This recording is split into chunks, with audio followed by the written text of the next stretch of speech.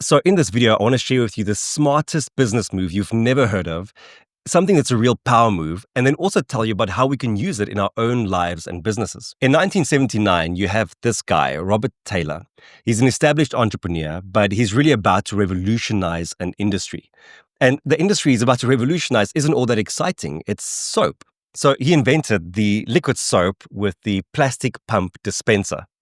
It's not that he invented liquid soap per se, because it was already available at the time. It's just that the dispensers they were using weren't really suitable for usage at home.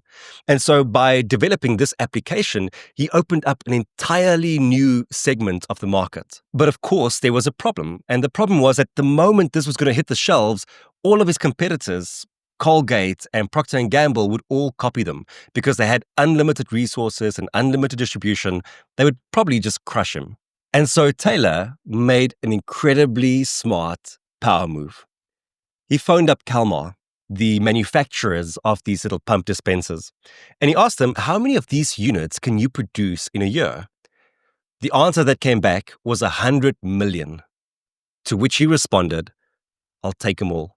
And in this one move, Robert Taylor locked up the supply for these bottles for an entire year. This meant that even if his competition wanted to copy him, they just simply couldn't because they couldn't get access to the resource they needed.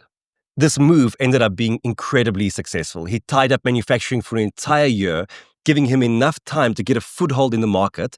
And it was so successful, in fact, that later on, he would go on to have 2 exits to the tune of more than $400 million. He exited to Unilever and he exited to Colgate. The lesson here is pretty simple. Control the choke point, control the game. Now, you might already be thinking, well, what are the choke points in my business that I could control? Or what are some choke points in the market that I need to think of? But to be honest, that's not the choke point that I want you to be thinking about. The biggest choke point in your business, in your life, is you. This might seem like a harsh thing to say, but it's just reality. At the end of the day, our beliefs, our thoughts, and our actions create choke points in our life that prevent us from living into the potential that we have.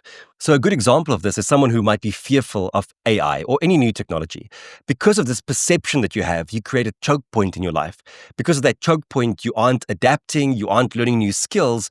And so a little bit down the road, you realize that you might not be as relevant as you wanted to be. You might not have the skills that you need for a new workplace. And so all of that can really be traced back to the choke point that you created. To be honest, this is actually pretty good news because finding external choke points can be very difficult in the world we live in today. In Robert Taylor's time, the world was much simpler, whereas today our world is very complicated and very complex. But one thing that you can control very well is yourself. One thing that you can develop and improve all the time is yourself. And so once you realize that you are the choke point, then the same principle applies. Control the choke point, control the game. The better you can identify where your thoughts, actions, and beliefs are creating choke points in your life, the more work you can do to release them, and the more success you will have on the other side. Control the choke point, control the game.